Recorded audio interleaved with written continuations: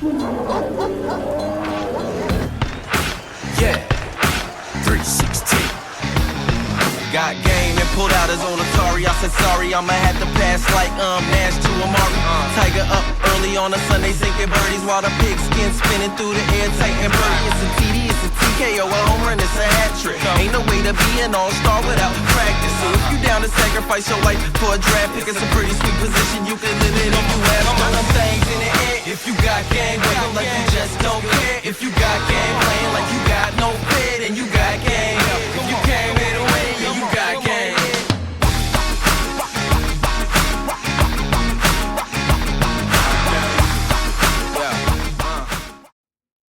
Welcome to rBeatz Studio, and we're here today on Local Music Somewhere, and we're focusing on Charlotte, North Carolina. And I have in the studio today a gentleman I met at a hip-hop and R&B showcase.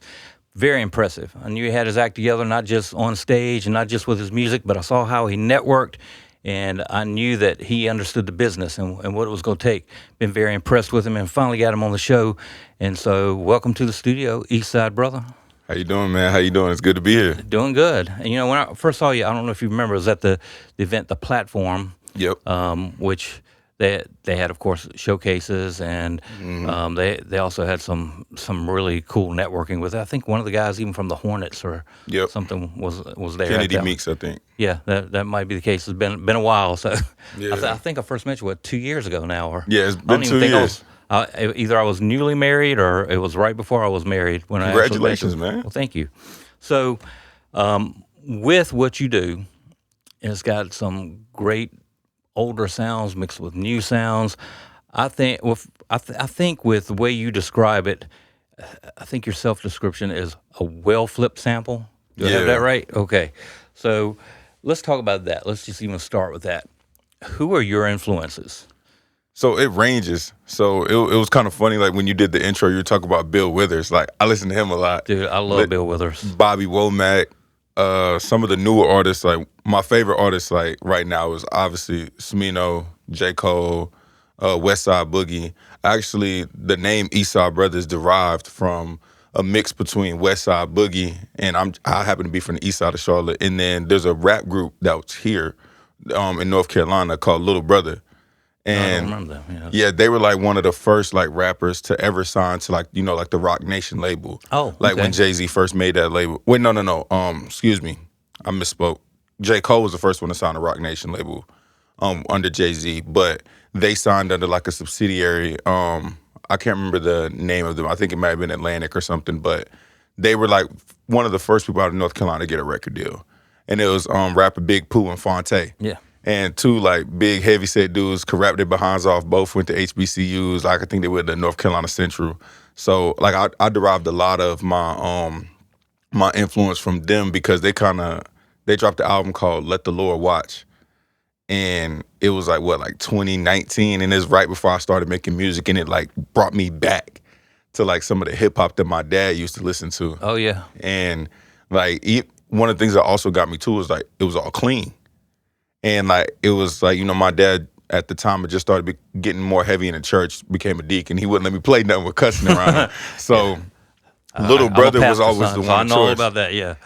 Little Brother was always the one of choice. And then he still to this day, like he loves J. Cole, like loves Lute. Lute is another one, Lute West from Charlotte, Dreamville artist. He loves them just because, like, you know, they got the message. And that was something that I carried into making music, was that I always wanted to have like a message. And, you know, I'm venturing into making like more fun music now because I think I kind of got stuck at some point or another, like making like really, really like, you know, trying to make too crazy impactful music. But sometimes people just want to hear something that's fun. They do, but I mean, I think that's what I loved about you was your depth, you know, and the fact that Charlotte is part of your history, and we'll get into that, you know, a lot. But with what you were doing when I was listening to your stuff, and I was hearing those influences, you know, because I hear that in other people too. Like there's an artist, now he's out. I saw him open for Bruno Mars a few years ago. His name's Aloe Black. Yeah. And to me, he's like the modern Bill Withers, you know. He's Yeah, like that Aloe's kind crazy. of sound too. And that was a sound, people, you know, they generally know 2 or 3 songs, but the depth of his catalog, man, and anybody from that day, whether it was Al Green or Bill or the vocal groups that were happening in those days. And of course, a lot of that was, I think, maybe the stuff that came in on the back end of Motown. Because Motown paved the way for obviously everything. They were the first ones to get on the radio when in mainstream radio, and they found out how much people loved it, and radio was calling them, trying to get everything. And all of a sudden, you have these other artists.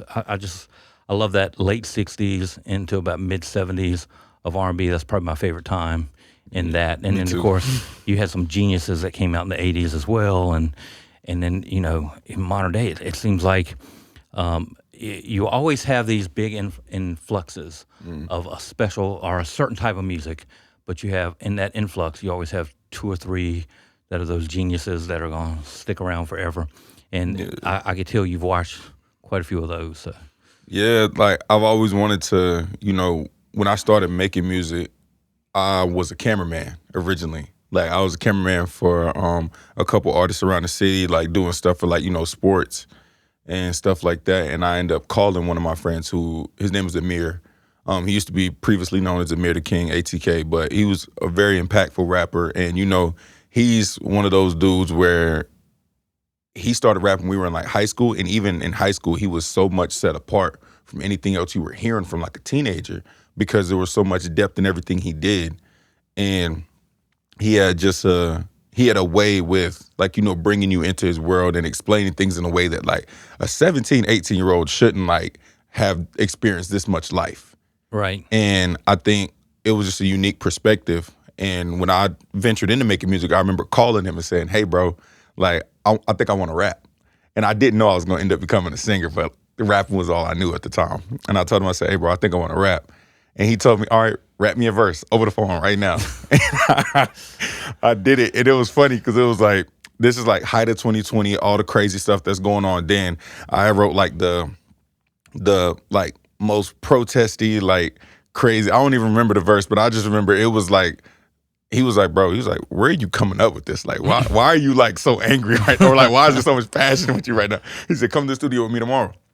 And that's kind of how I got my start was, just him pulling up on me, taught me how to record, taught me stuff like that. But more than anything else, the X's and O's of how to do it, through osmosis, I gained the ability to show myself through writing a song and to impart parts of myself. Maybe a movie that I've watched that really impacted me, Do the Right Thing. I love that movie. Another one that I love, obviously, Friday After Next. 2 very different messages in those movies, but they impacted me the same way. And I remember putting those in a song, the 2 of them together. And it was one of my first early records when I was still rapping, but I wanted to always impart a part of myself and give it to the world because essentially what we do with music is a labor of love. And it's not easy. It's not, always fun to do sometimes. Sometimes you make stuff that hurts. And that's a part that kills so much music before it starts. There are 2 things that kill that I feel in the beginning or too early in the stage. One of them's early criticism. Mm-hmm. I don't believe you should ever kill an early artist's dream because you got to get it started. If you hadn't started it, that guy's putting you on a spot and making you do that, but you did it, and he invites you into the studio.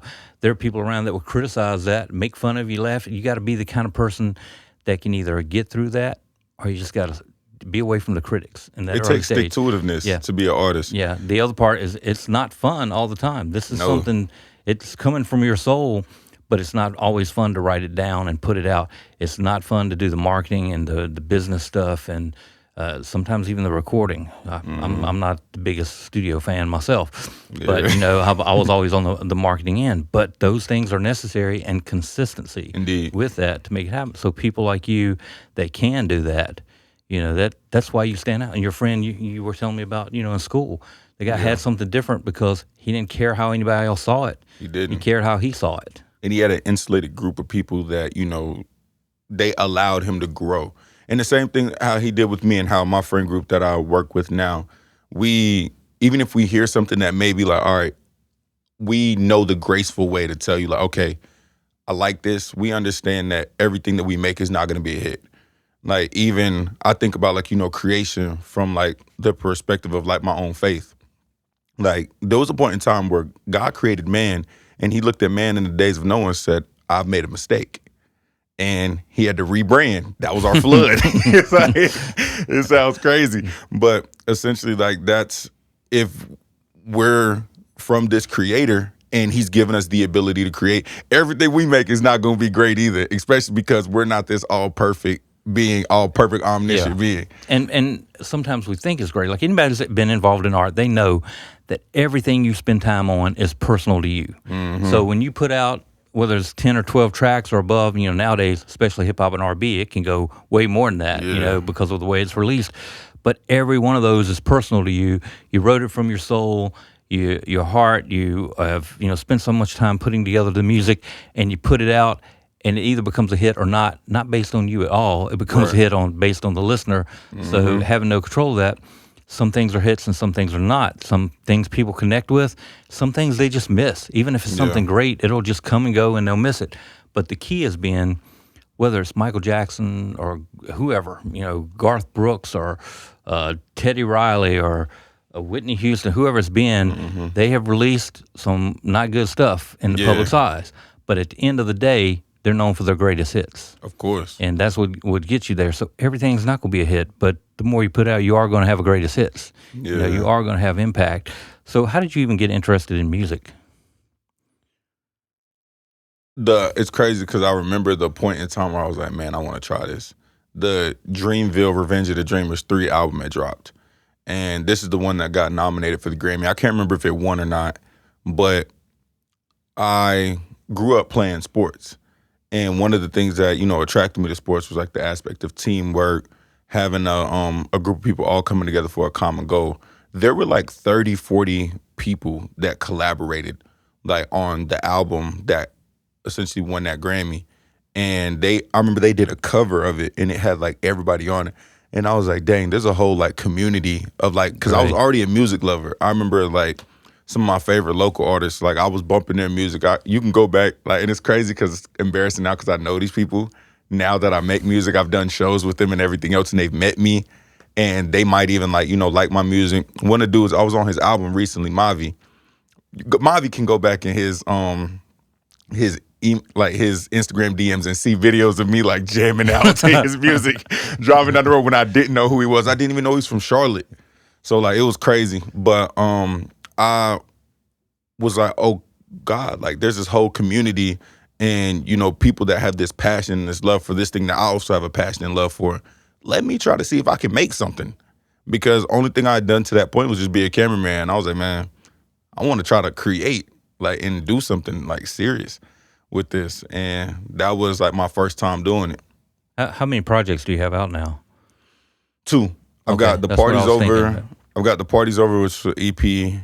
And then I also have Supersonic, which I put out January 31st. Yeah. And we're trying to get another one by the end of the year. Like, I'm a project guy. I know, like, with the way that the music industry is right now, everyone wants you to drop singles because people's attention spans are short. But I personally feel like the audience that likes my music, they feed off the fact that, like, I can create a cohesive project and bring the sounds together. And you can release the singles even before it comes out. I get that whole point. It is a singles economy. They think I'm still a fan of the projects and the albums. And what I love about yours, Supersonic, is you have an intro and you have an outro. Yeah, you put this whole thing in as a collection. I mean, it really is that. Yeah, I got to get you a vinyl too once they're pressed up. Oh, really? Because that project is perfect for vinyl. I have it. I just got it mastered. Really? I got the demo vinyl in, so I have to buy a record player because mine broke when I was moving. But like, once I get it pressed up, I'll get you one over. Okay, that sounds great. And Supersonic, that's like a bold title. What's the story behind that? So these days you got to find something to, like, make people attached to the music that they're listening to. And one of the things I took inspiration from was Tyler, the Creator, like his eras that he had. He had the Cherry Bomb era, he had the Igor era, the New Chromacopia era, where essentially he's attached a character and a uniform to each one of these eras. So Supersonic is one era that, like, that I was in essentially for the last year. I was working on, building my clothing line for Love Lingo. This was like one of the early prototypes that we sold when we first did like our short tour around like New York, DC, and Atlanta. And we like sold out of these, and I was like, okay, people like this stuff. Pretty cool. So I started making more merch, and I was like, I need something to actually, attach. I need to make a character. So as I was writing, we went down to Atlanta. I was with my boy Cozy and Gnarly, and I wrote the song Supersonic. Like 2 days before we went to Atlanta, I played it for them. They was like, nah, bro, this is your hit. And I was like, shoot, y'all think so? I'm like, all right. I thought it was just all right. So I played it for them. We had a great like listening session, did everything, had a great time in Atlanta. And then while I was there, I was like, okay, I need to create something around this song. And I created Mr. Supersonic. And I have a short film that's going to be dropping soon, shot by my boy First Con. He actually just... Is that what the news clip thing is kind of from? Yes. Yeah. Love that. So Mr. Supersonic is a superhero who essentially found out that he's a lot more human than he thinks he is. And ends up falling short of these superhuman tasks that he's supposed to do. And he can do everything. He's the fastest man alive, save people, prevent world disasters, everything in the world. But because he moves so fast, he can't maintain interpersonal relationships. And I drew inspiration from that for myself to place into this character because I have ADHD. And because of like a heart condition, you're in the right room, my friend. Yeah, I feel like every creative has like some form of, mental illness. You got to be kind of crazy to do this. There's I a was certain amount of ADD masochism. before they added the H, so Yeah. I was old school ADD. But yeah, There's a certain amount of masochism that comes with like just being an artist, like because it sucks at times. But like I was saying, I wanted to create a character that had a part of me inside of it, so that it wouldn't be too hard to play when we did the short film. And essentially, Supersonic, he moves so fast he can't maintain interpersonal relationships. And because of a heart condition I developed in 2020, I can't take my ADHD medication. So there's times where like I've been unmedicated for going on 5 years now. And there's times where like I forget tasks, I forget to link up people, I forget to call. Like ADHDers, we struggle with object permanence. So like essentially out of sight, out of mind is a real thing. Like if I put my blender underneath my cabinet, I'm gonna forget that I like smoothies. yeah. So I would never drink another This is a real smoothie. thing. I was discussing this with my wife last night because, I used to be so hard on myself about it Yeah. because, you feel scatterbrained. People call you scatterbrained sometimes with that. But ADHD has nothing to do with you. It's your brain. It's the way it functions. The funniest thing that ever happened to me is I had gone on this diet and I went in the grocery store to buy a salad. And I got on the phone. And when I came sitting in my car, this is a true story. I went in to buy the salad, I was sitting in my car, I was on the phone. As soon as I hung up the phone, I realized I was eating a donut. I did not even buy the salad. I don't even know how I got from the salad aisle to That's the donut another thing aisle. too. But that's Sugar a real and caffeine thing. with Yeah. ADHDers like that, they trigger dopamine response, and like that's why ADHDers, they smoke, they drink a lot, they caffeine, sugar. We love all of those things because what they do is it helps regulate your brain waves, and you can focus more when you have a larger influx of dopamine. And like it's a weird thing, like when you really think about it, like how crazy like a non-normal brain can work, and then you could like look like a regular person walking around here and nobody ever knows, and you got to learn ways to regulate yourself in that way. But that's where the Supersonic character came from, just me being a scatterbrain mess every now and then. PSA on ADHD. Nah, for real. So on that, what is your most personal song? Like, what is the one that Most that hits you personal, most? it's funny because I actually like personally try not to put too much personal stuff, but it comes out anyways. And like, we create what I essentially feel like the world wants to hear, and what the world like essentially brings out of you. Your experiences, like I personally treat I treat like our universe like it's a library. Like we're just pulling ideas out of the air. And if I don't pull it out of the air, somebody else will. So I just try to create You'll too still much. say it different. Yeah, you'll still say it different. And if I had to give like a quick answer, I would say Terracotta Sunset, because like that one is I was going through a breakup when I made that. I had a girlfriend for 3 years, and it just didn't work out. And this was right around the time like when I wrote it. I wrote it like 2 days before I broke up with her, which is crazy. But yeah. before. They usually come after. That's a new one. No, for the show. the crazy part is I wrote all the breakup songs before we broke up. After that, I started writing happy stuff. Like, I can't say she was the problem, but So ADHD, he's already got a plan. That's the thing. They say this about ADHD people, that if you're in a movie theater and it catches on fire, you want a couple people in there with ADHD or anxiety or anything like that, because they've already seen the exit doors. Yep. They know where everything is, and you just brought that to life. Yeah. So Terracotta Sunset, and then maybe Just Might, because I actually even mentioned like the 3-year period in there. And which is funny because like Just Might is a freaking dance song, but we create what needs to be created.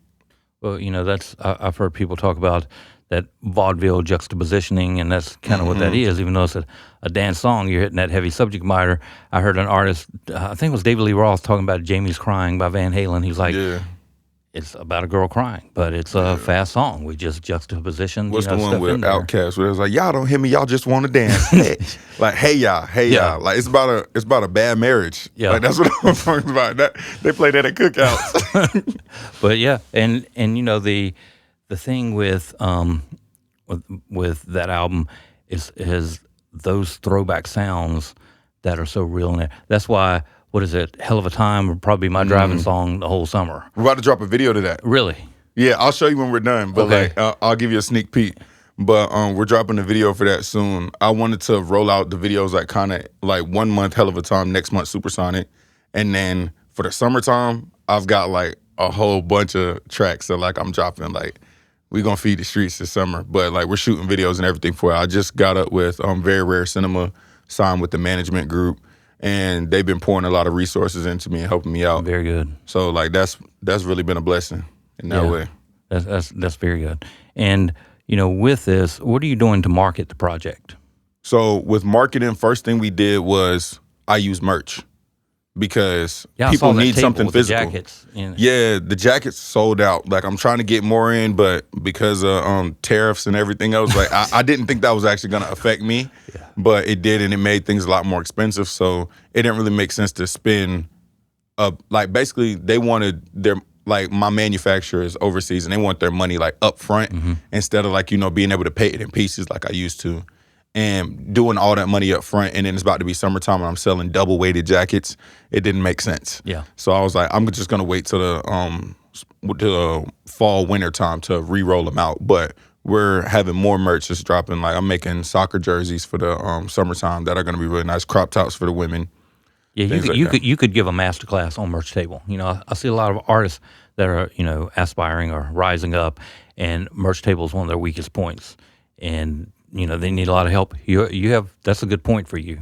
Thank you. Your merch table is done very well. Honestly, I hope you inventory that stuff too before you. Yes. Okay. And I was gonna bring you guys shirts up here, but we're out in your sizes. That's a good thing though. That's a good problem to have. Yeah, and they I was like, if it fits you, it would. That's one thing you were talking about being an athlete when you first walked up. Is you're like probably a foot taller than me, and your shoulders are probably at least one shoulder length on the other side of me. So you look like an athlete for sure. Thank you. But yeah, like the merch for artists, it's the quickest way to start cutting some of your costs out. And I think the earlier you get into it, the better. We had performed at Confluence, the music conference that they have here in Charlotte every year, and they had Brent Faiyaz come speak. And the first thing he said, I wish I'd have gotten the merch earlier. And the thing was, I felt so validated because I had been doing merch for about a year and a half. And before I'd even got above 500 monthly listens on Spotify, I had merch. And I was selling them at shows and I was making money. And I remember like our last one that we did in December 27th when we did the listening party for the album at Social Status. We had so much money like that came up because obviously I pay my band, I pay my audio engineers, pay everyone that helps us do these events, and that can get pricey. And I am fortunate enough to have a decent budget to work with on most of my projects, but that's not always the case for every artist. So merch I would advise every artist to make that investment to whether you got a homie that makes shirts. Like I remember my first ones they were done with Shaka Wares, and those were like $2 a shirt. and then got them printed up by a friend over at the Bridge, Charlotte, which is another event space here that they also have a print shop in. My boy Cody laced them up for me, did everything. He printed these too. Like, you can get like good merch made for like low prices if you know where to go and if you just have connections and things like that. Well, we're going to talk more about that. We're going to take a quick break. When we come back, we're going to talk more about your merch. I want to talk about your social media, which I'm very impressed with. And, of course, roll into the Charlotte music scene, because what you do, you put the history of Charlotte into a lot that you do. Yeah, it's important. Even in your name, you know, and I want to delve into that and get your thoughts on the music scene here. So let's do it. Yeah, we'll be right back after this. We'll take a quick break to hear from our sponsors and our friends and find out what's going on with rBeatz and our trending. See you in a moment. rBeatz Radio isn't just a platform, it's a movement. A universal internet radio and media hub that has become the heartbeat of music discovery. With a staggering peak of 7 million listens and an average of 80,000 listens per month, the world is tuning in. That's not just numbers, those are ears and eyes. Yes, your brand amplified and elevated only on rBeatz Radio. Navigate the digital airwaves seamlessly with our intuitive platform. Imagine your brand being heard, being felt, being experienced. Picture your message flowing through the veins of our global network, reaching each listener. Are you ready to elevate your brand to new heights? Step into the rhythm of success with rBeatz Radio. Our platform is designed to ensure your brand doesn't just appear, it resonates. It doesn't just speak, it sings, dances, and vibrates with the rhythm of our audience's lives. This isn't just about advertisements. This is about creating a symphony where your brand is the melody. We're not just a service, we're an experience, and your brand can be at the center of it all. Your brand deserves a global stage. At rBeatz, we've turned up the volume on global outreach. This isn't about traditional advertising, it's about connecting, engaging, and resonating with music lovers all over the world.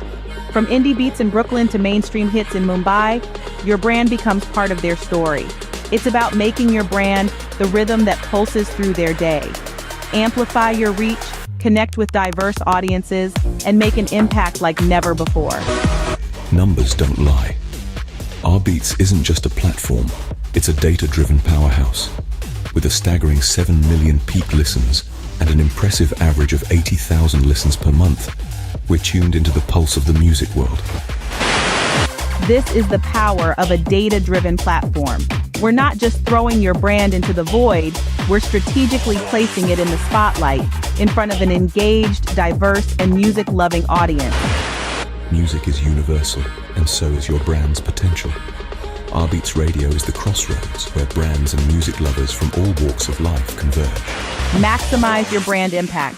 Imagine your brand pulsating with the rhythm of music, reaching millions of ears and eyes worldwide.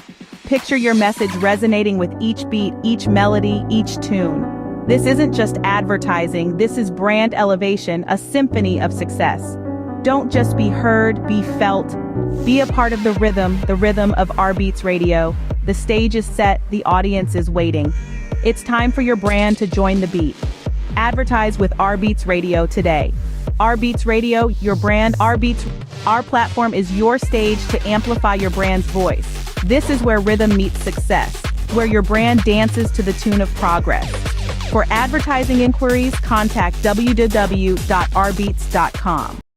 Welcome back to this week's segment of What's Trending Now on rBeatz Radio, Media, and Streaming Network. Upcoming local, national, and international concerts, starting off with Black Box Theater Carolina Open Air Night 1, featuring artists Tape B, Alley Cat, Drink Your Water, and so many more. Taking place on Friday, June 27th. Doors open at 4 p.m. You can get your tickets at blackboxcharlotte.com. Halsey is performing at the PNC Music Pavilion in Charlotte for her For My Last Trick tour on Wednesday, May 28th. Doors open at 7 p.m. You can get your tickets at livenation.com. Elephant, an artist fusing melodic electronic dance music with pop, blues, and rock, is bringing the Coupe Tour to Trio Nightclub on Friday, April 4th. Doors open at 9 p.m. You can get your tickets at triocharlotte.com. This is Annalise Pearl, bringing you all the new details on the latest trending watercolor conversations. Stay on top of the rBeatz app and rBeatz.com, always bringing you the best independent, national, and international music artists, constant influences on the rBeatz app. Now let's get started with this week's DJ World Beats top trending songs.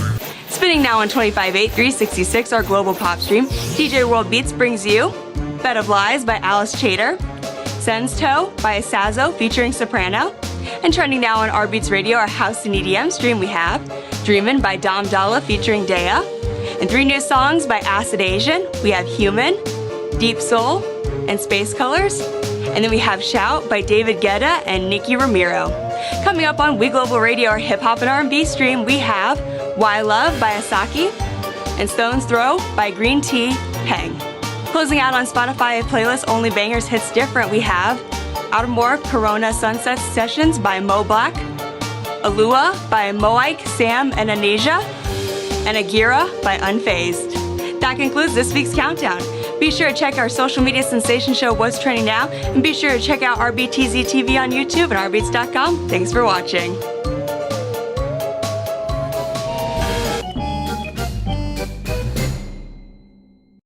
Welcome back. We're here in rBeatz Studios and Local Music Somewhere, Charlotte, North Carolina today, and we're talking to East Side Brotha.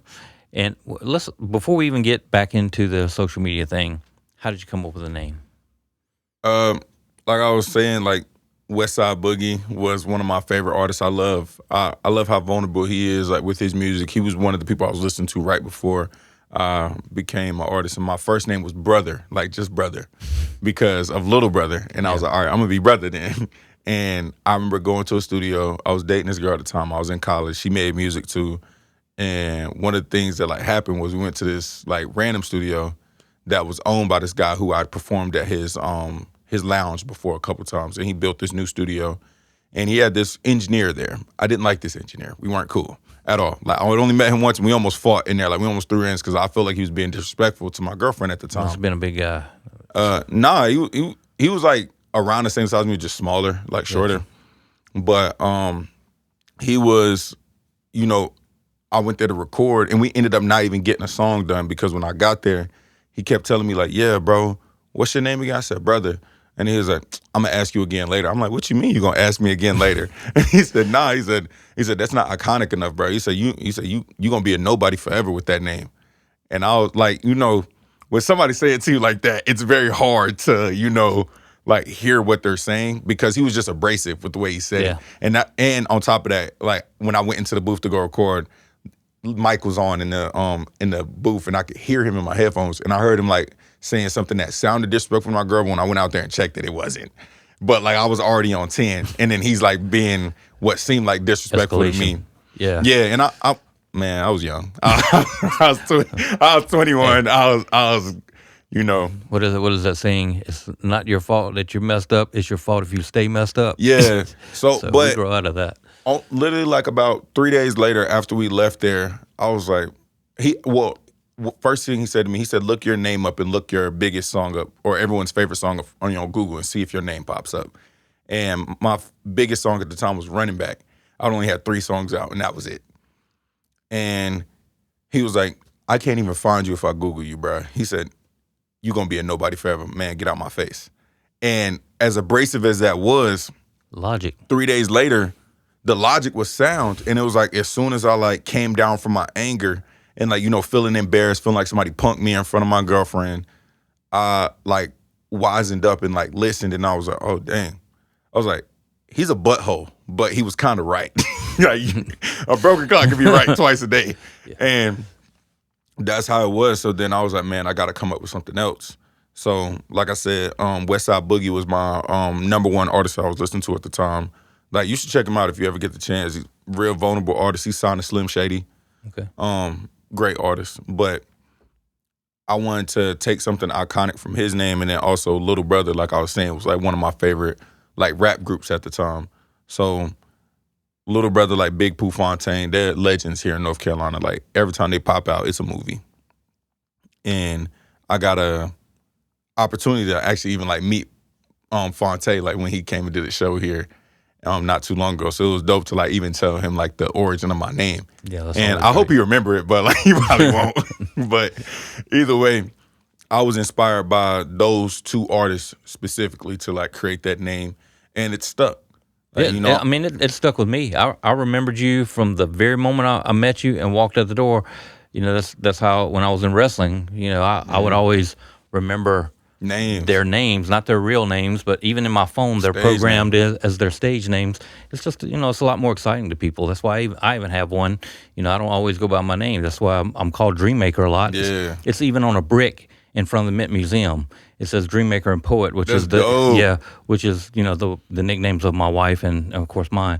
And people. Did she wrestle too? No, she's a poet. That wouldn't be a good wrestling name. I don't know. Maybe it would be. I don't know. Like, that might be dope. The poet. Yeah, but Pen him recite poetry. oh yeah. Like Bane when he was whooping Batman's tail, and then he's sitting there like spitting You know poetry what? to You might be on to something. She was a basketball player in college, so Okay, maybe yeah. she has that in her, and we'll get her signed up someday. Hey, man. She'd punch me in the face even for thinking that. But anyway, back to what we're talking about is you have a character name. It spills into your social media. Your social media is so good. you. Do you I try create hard. all that stuff yourself? You have somebody working with you on that, like a So creative director? originally, I was doing most of it on myself. Like I said before, like I did camera work. That was like how I got into music, was doing camera work for other artists and then, athletes. And then at some point or another, it came to the point where the things that I wanted to create, I couldn't hold the camera and do that at the same time. So like I had a gimbal, had cameras, had all this stuff. So I would either have a homie hold the camera for me, or now like a lot of my content, my boy Gino, he'll shoot it for me. And like we'll go to like Noda Art House, or we'll like be in Noda area or wherever else that we can just, find an interesting like, background Yeah, to your shoot at, backgrounds are great. whether we're doing live or anything. And we'll shoot our stuff. He'll bounce all the files out to me and send them to me, and I'll edit them. Like I was editing a video right before I came here today. Your editing is good. Thank you. I really really appreciate it. And then, the one I did with APB Studio, Whitaker Group handled that. So shouts out to them. They really made me feel at home and, helped me out a lot in that interview. Yeah, everything's just very interesting. It's just not typical. Thank you. I really appreciate it's it. eye-catching, and of course, you're drawn in visually, and then you stay there sonically, and so that's a good strategy. With People what you're scroll doing. on mute, but a lot Yeah. of time, like people, they'll be at work or in the car doing whatever, and they scroll on mute. And me, I don't do that. I don't scroll on mute because I'm ADHD and the sounds don't bother me. But They got subtitles. yeah, so like but people they're not listening to the sounds. They catch eyes first. So Yeah. that's something that I really focused on. Even like marketing the project, I wanted to have eye-catching visuals and like find something that looks like it's important enough for you to listen to what I'm saying. Absolutely, and you can't take that for granted. Even me, I wake up 2 hours earlier than my wife, and I watch YouTube on mute every single morning, to the point of I've done dumb stuff like I've watched all the videos about how to fly a 747. So, if the rapture ever takes place and, there's no pilot or whatever happens there, first of all, I guess I'd be left behind if I was still on the plane. I hope not, man. We need you with us, man. Come on, get right with Christ. But at least I could like attempt to fly the plane. Learning from YouTube, I just get on the intercom and say, just relax. I learned this on YouTube. Everything will be fine. But you have such a great presence on social media, and it with the way your songs just have such a great groove to them. It's a good mix. How does that transition into your live shows? So live shows, I love to have a band with me live shows. Sonorus Wave was a company started by my good I know friend who they are. Salif. Yeah. And he and Gnarly have been instrumental as far as literally instrumental. And like, Sorry, it was wasted on me, and I'm the dad joke king, and I didn't even get that first. but they've been instrumental in like, helping me curate my live shows, building the confidence. I remember some of the first live shows like I did like with the band were out of Salif's house. Wow. Like there was a time in 2022 that we were doing So Far Sounds out of his house. Like they sold tickets for people that were coming out of town. And So Far Sounds is like a tourist attraction. They are. They were doing it at his house, like residential area, like in Mallet Creek. And it was beautiful. Like we would have like 45 to 70 people in his house. And like, I would get off work that morning, drive to his house. We would have like a quick rehearsal like in that afternoon, do everything. Cause I lived 2 hours away at the time. I was in South Carolina. Drive up there, quick rehearsal. I take a nap. I wake up, it's 70 people in this house. And I would be upstairs showering, getting ready. And then hop out. And then like now we're on. Yeah. And that was Such some great of my- content to be able to share. Oh, what it was those guys amazing. have, yeah. And that was the beginning of like our groups, because we used to just have jam sessions at Salif's house, and that it ended up becoming like almost like a band crib. All the band members lived there at one point. Oh yeah, those guys have grown so well. What they're doing. They're amazing. And like obviously they're a little bit older. Band doesn't live together like that, and they outsource. So I personally like to have live instrumentalists because, for one, they're my friends, and I like to do things like people I know and love. Yeah. And then for two, it brings a different element because I get to be more over the top, and I get to deliver a show, because I feel like if you're coming to pay money to see me perform, my mic is going to be on. I'm going to have effects on my mic because I want it to sound like the record. I'm going to have reverb. I'm going to be EQ'd well.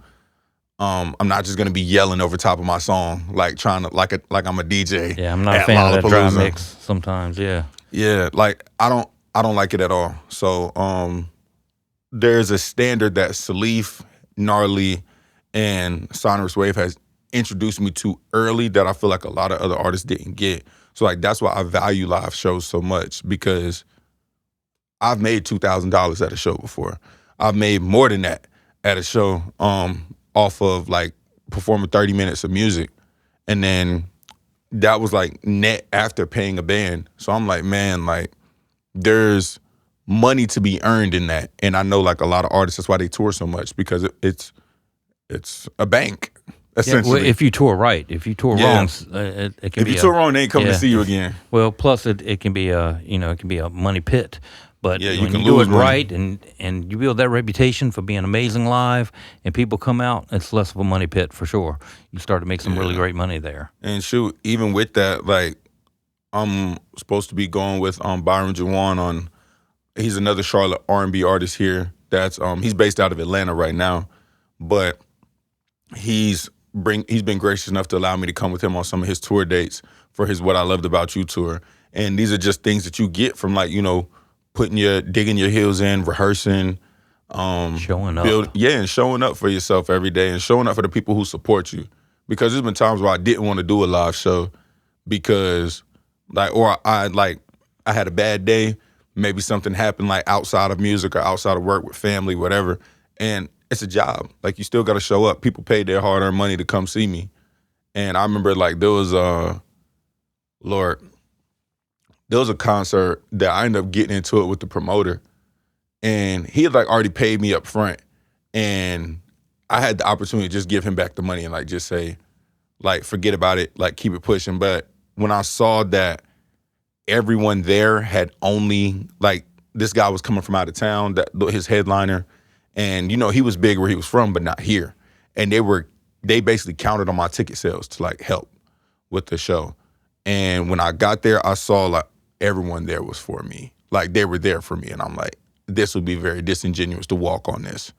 And we went ahead and like did the show, and we had fun. We made sure the audience had fun. We stayed after, sold shirts, took pictures with people. I used to, before it got stolen out, like I got my equipment stolen in November when we did a show. And that was, I got my car broken into in Noda doing a show at Petrus. And they, like, literally, we still went and did the show.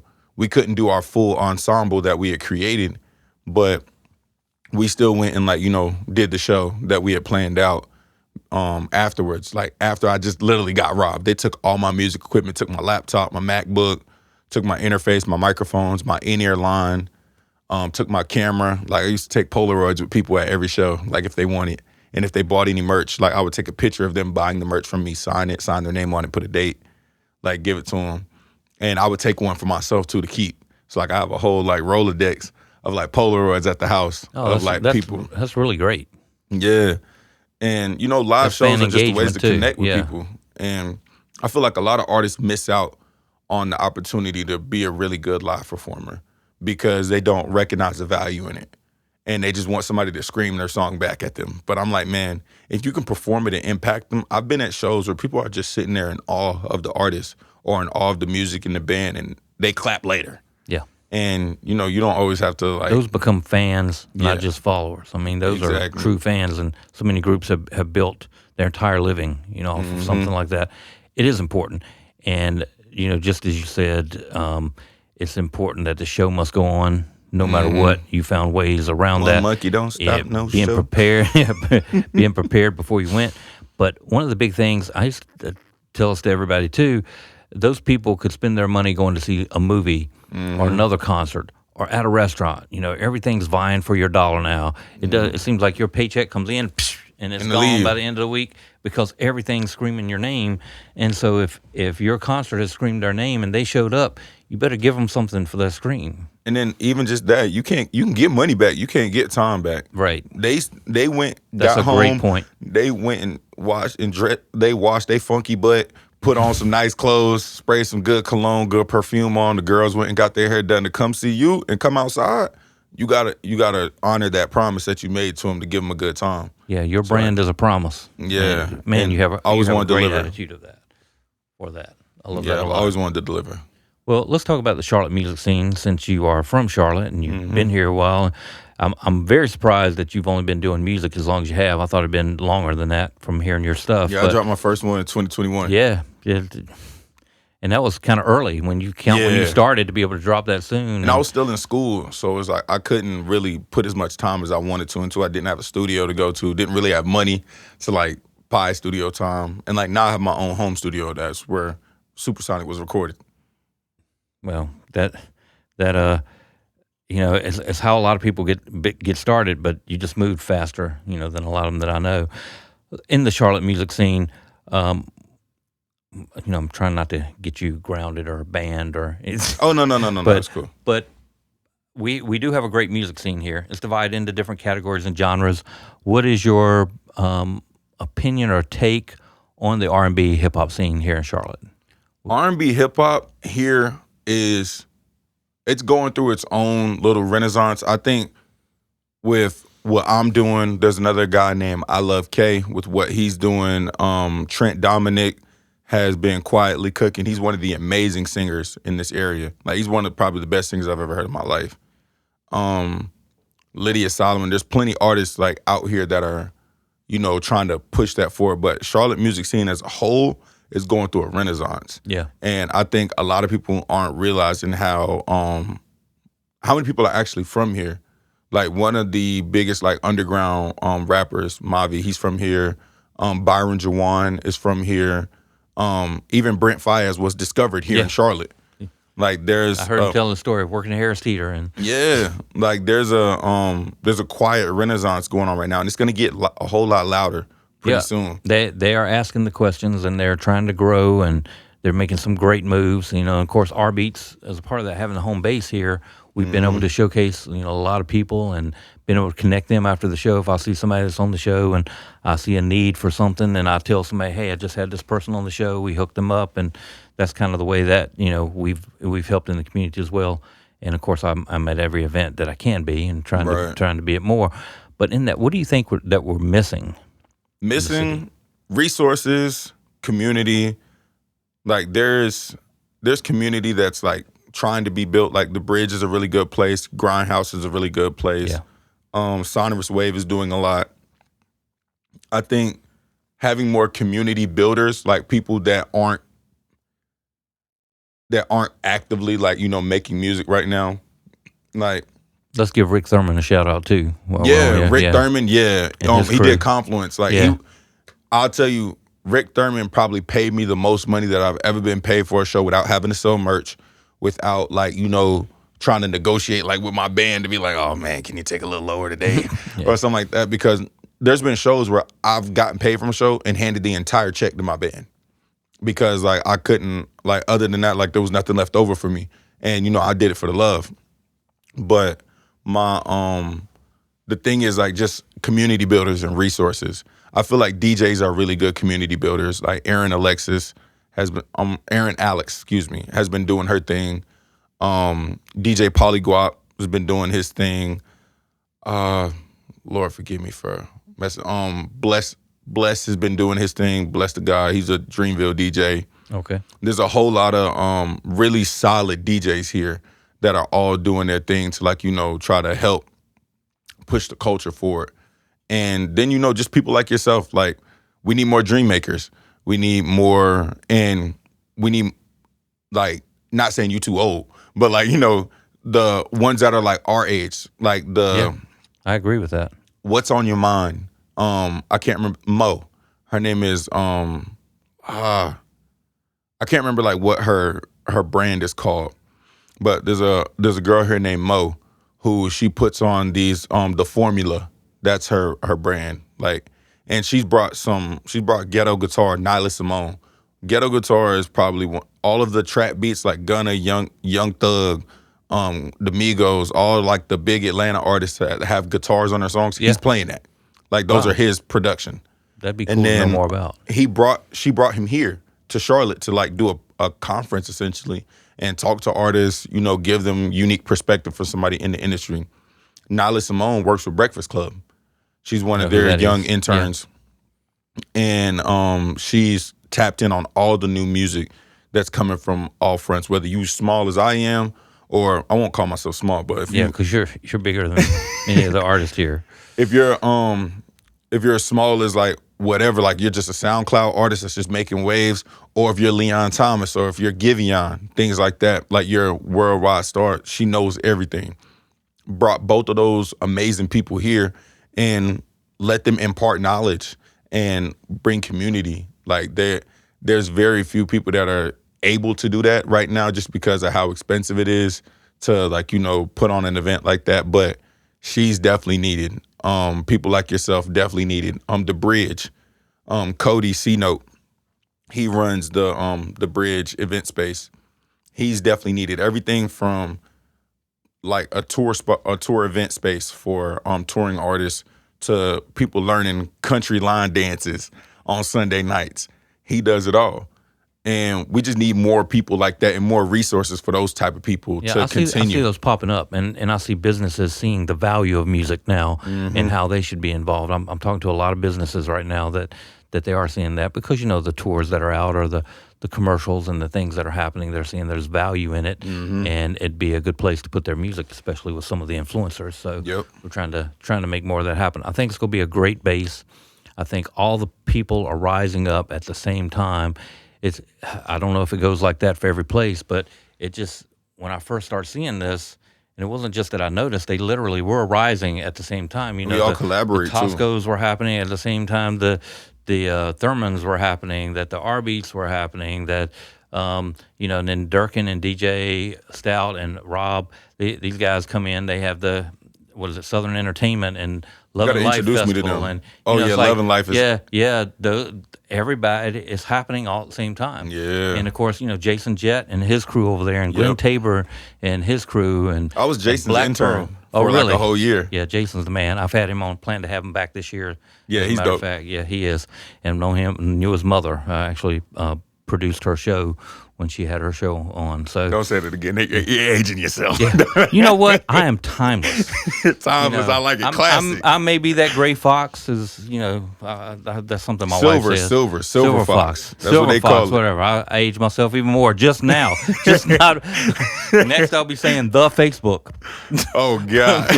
but anyway, the fact TikTok. is, that's something I learned in church, and we'll close here in a minute. But if the young could get together with the old and the new visions together with the experience, so much can happen. The same thing in our industry. I do see that happening. I do see a lot of respect, from both sides.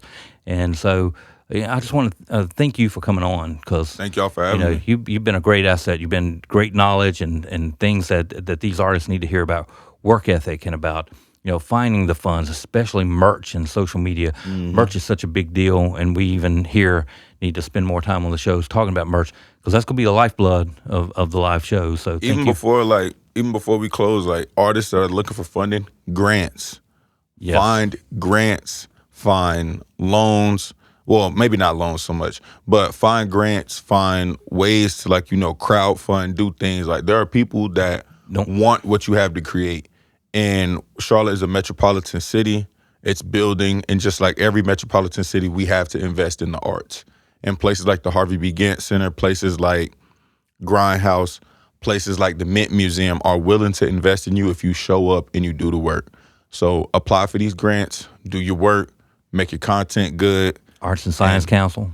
Arts and Science Council, like all these places, like they're willing to invest in people that are willing to do the work. Yep. So get good at the business. Get good. Because I had a guy who was quoting a guy that runs a theater series. He said, it's not show, it's show business. And that's what it is. So, again, thanks for being on, my friend. Thank y'all so much.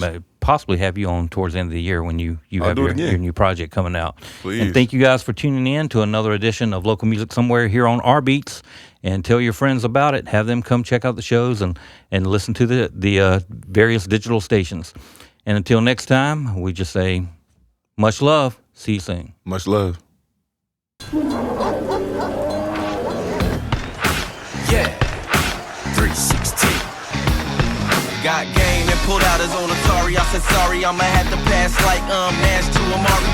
Tiger up early on a Sunday, sinking birdies while the pigskin spinning through the air, tight and birdie. It's a TD, it's a TKO, a home run, it's a hat trick. Ain't no way to be an all-star without practice. So if you down to sacrifice your life for a draft pick, it's a pretty sweet position you can live in if you ask. Throw them things in the air. If you got game, wave 'em like you just don't care. If you got game,